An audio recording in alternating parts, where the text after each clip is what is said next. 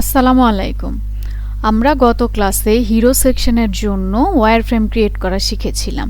নিশ্চয়ই আপনারা সকলেই প্র্যাকটিস করেছেন। হয়তো কেউ কেউ ভালো পেরেছেন, কারো বা সমস্যা হয়েছে। তবে চিন্তার কিছু নেই, আমি সম্পূর্ণ একটি ল্যান্ডিং পেজের ওয়্যারফ্রেম করে দেখাবো। কিন্তু তার আগে আমরা ফিগমার একটি দারুণ জিনিস সম্পর্কে জানব। এর মাধ্যমে কালার এবং টাইপোগ্রাফি বারবার ইউজ না করে একটি স্টাইল ক্রিয়েট করে রাখতে পারি। কাজের ধারাবাহিকতা, দক্ষতা, ব্র্যান্ড পরিচয় বজায় রাখা, সহযোগিতা এবং অ্যাক্সেস যোগ্যতা নিশ্চিত করার জন্য UIUX ডিজাইনে একটি বেসিক স্টাইল গাইড খুবই গুরুত্বপূর্ণ।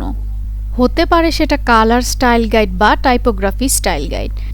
এটি অ্যাক্সেস যোগ্যতা নিশ্চিত করে, সহযোগিতা বৃদ্ধি করে এবং ভবিষ্যতের আপডেটের জন্য একটি স্কেলেবল সিস্টেম প্রদান করে। একটি ল্যান্ডিং পেজে সাধারণত টাইটেল, সাবটাইটেল, প্যারাগ্রাফ এবং সাম আদার টেক্সটের জন্য বিভিন্ন সাইজের টেক্সটের ব্যবহার করা হয়ে থাকে। এছাড়াও আমরা কিছু বেসিক কালারের ব্যবহারও দেখতে পাই। এখানে কিছু এক্সাম্পল দেয়া হলো। প্রতিটি প্রজেক্টের জন্য তো আমাকে অবশ্যই আলাদা করে কালার এবং টাইপোগ্রাফি নির্ধারণ করে নিতে হবে। প্রাথমিক বা প্রাইমারি কালার প্রধান কাজগুলির জন্য ব্যবহার করা হয়, যেমন buttons, links. Secondary colour accents এবং হাইলাইট করার জন্য ব্যবহার করা হয়।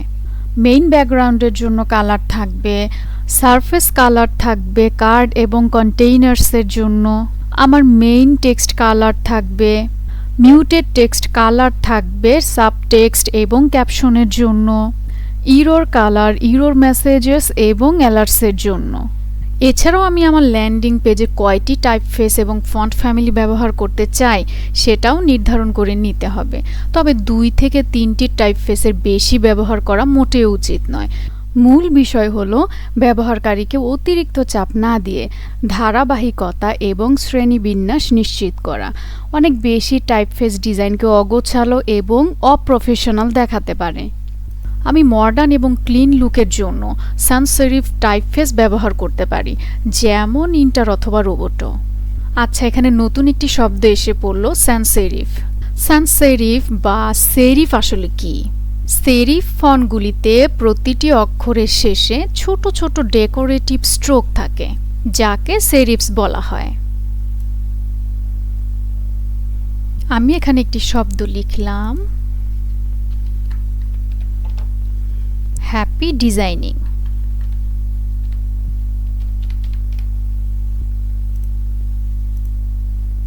আমি টেক্সটের উপরে ক্লিক করলাম এবং আমি আমার ফন্টটিকে চেঞ্জ করে দেই। টাইমস নিউ রোমান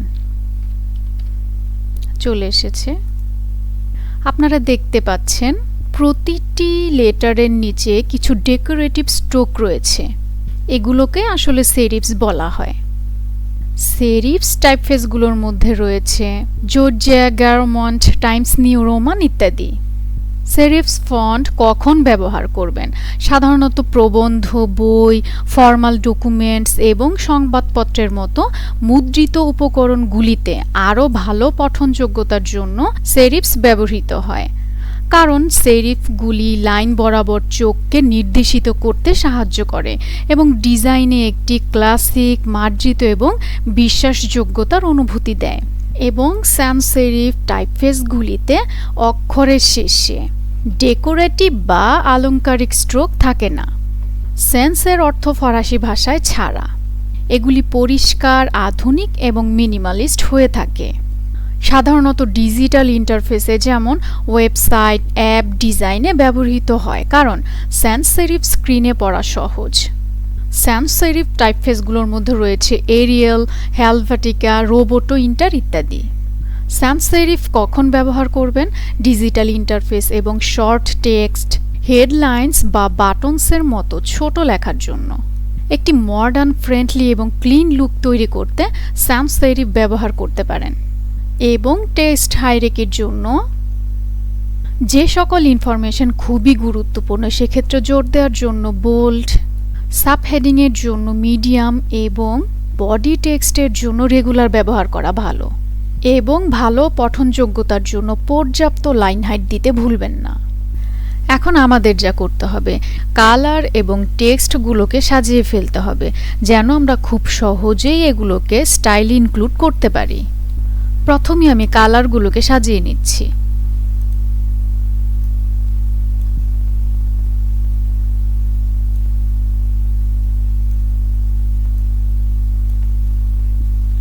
আমি একটি রেক্ট্যাঙ্গেল নিয়ে নিলাম, অল্টার ক্লিক করে কপি করে নিলাম, তারপর কন্ট্রোল ডি চেপে আরো কিছু কপি করে নিলাম। কালারের কোডগুলো নিয়ে নিচ্ছি। প্রথম রেক্ট্যাঙ্গেলটি সিলেক্ট করলাম, কালার থেকে কোডটি বসিয়ে দিলাম। আমার প্রাইমারি কালার চলে আসলো। তারপর সেকেন্ডারি কালার কোডটা নিব,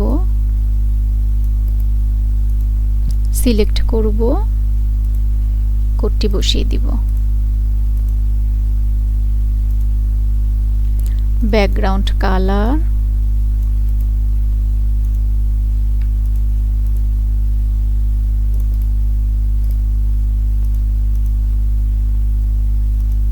একটি স্ট্রোক দিয়ে দিই। সারফেস কালার,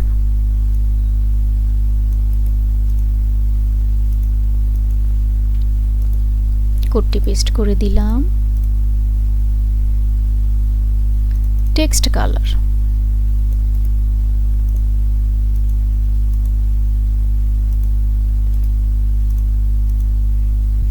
আমার আরো দুটি কালার রয়েছে।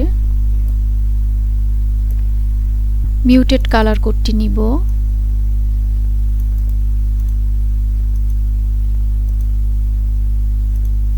কোডটি পেস্ট করে দিব। ইরোর কালার, এটিও পেস্ট করে দিলাম।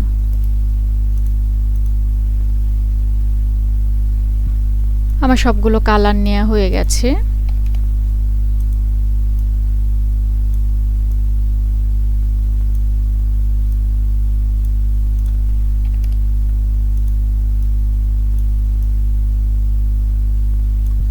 এখন আমি টেক্সটগুলোকে সাজিয়ে নিব। H1 এর জন্য টেক্সট সাইজ হবে 72, লাইন হাইট হবে 80 এবং ফন্টটি হবে রোবোটো বোল্ড। তারপর H2, ফন্ট সাইজ 36 এবং লাইন হাইট 44।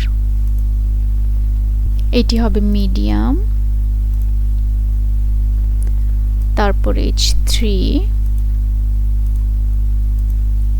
ফন্ট সাইজ হবে 24, লাইন হাইট হবে 32।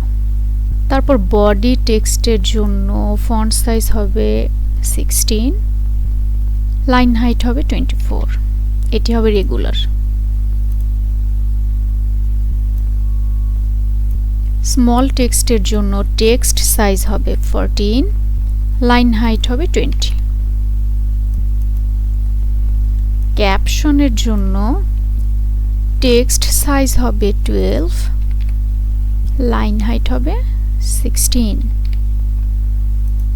আমার যদি ডিজাইনের সময় আরো কিছু টেক্সট অ্যাড করার প্রয়োজন পড়ে তাহলে অবশ্যই আমি আমার স্টাইলে অ্যাড করে নিব।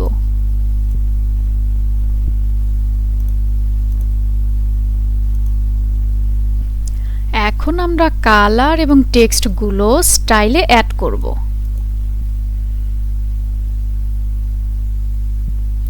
প্রথমেই টেক্সটটিতে ক্লিক করব, তারপর টাইপোগ্রাফির পাশে থাকা স্টাইল আইকনে ক্লিক করতে হবে, প্লাস আইকনটিতে ক্লিক করতে হবে। এখন আমাদের নতুন একটি স্টাইল ক্রিয়েট করতে হবে এবং এগুলোর নামও দিতে হবে। আমি লিখলাম হেডলাইন। এখন যদি আমি একটা স্ল্যাশ দেই তাহলে এটি একটি ফোল্ডার আকারে ক্রিয়েট হবে।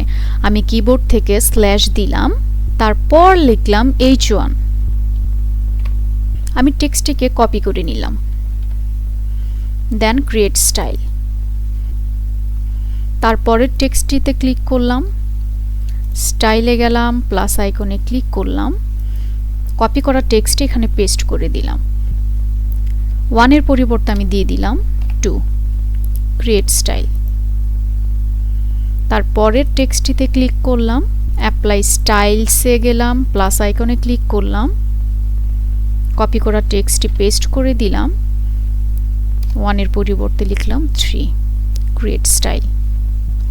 এখন আমি দেখতে পাবো হেডলাইনের আন্ডারে আমার H1, H2, H3 একটি ফোল্ডার আকারে রয়েছে। পরবর্তী টেক্সটগুলো আমি স্টাইলে অ্যাড করে ফেলি। Apply styles, plus icon, body বা প্যারাগ্রাফ টেক্সট, স্মল টেক্সট এবং ক্যাপশন এই সবগুলি বডি টেক্সটের আন্ডারে পড়ে। তাহলে আমি আরেকটি ফোল্ডার ক্রিয়েট করে ফেলি, নাম দিব বডি টেক্সট, স্ল্যাশ দিলাম, তারপরে লিখলাম বডি। আমি টেক্সটটিকে কপি করে নিলাম, ক্রিয়েট স্টাইলে ক্লিক করলাম, পরবর্তী টেক্সটটি সিলেক্ট করলাম, স্টাইলে গেলাম, প্লাস আইকনে গেলাম, কপি করা টেক্সটটি পেস্ট করে দিলাম, বডির পরিবর্তে লিখব small text.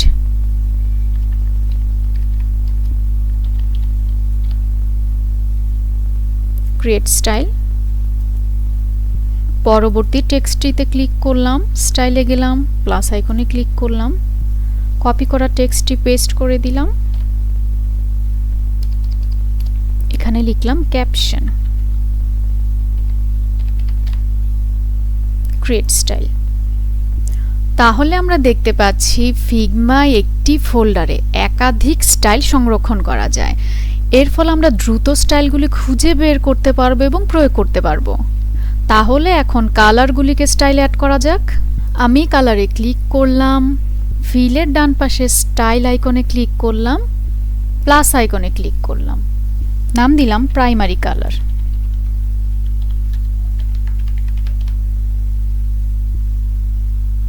Create style. Next কালারে ক্লিক করলাম, স্টাইলে গেলাম, প্লাস আইকনে ক্লিক করলাম, এখানে লিখলাম সেকেন্ডারি কালার।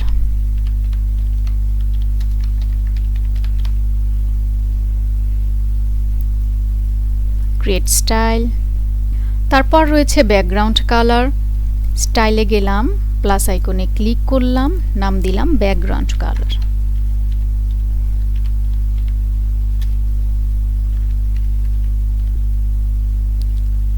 Create style. পরবর্তী কালারটিতে ক্লিক করলাম, স্টাইলে গেলাম, প্লাস আইকনে গেলাম, লিখলাম সারফেস কালার।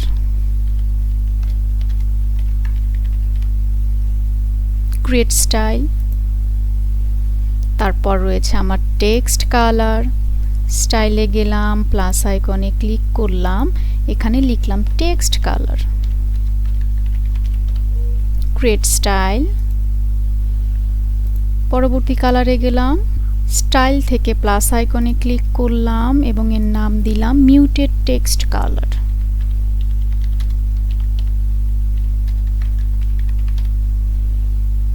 দেন ক্রিয়েট স্টাইল। তারপর সবার শেষে রয়েছে আমার ইরোর কালার, স্টাইলে গেলাম, প্লাস আইকনে ক্লিক করলাম, লিখলাম ইরোর কালার।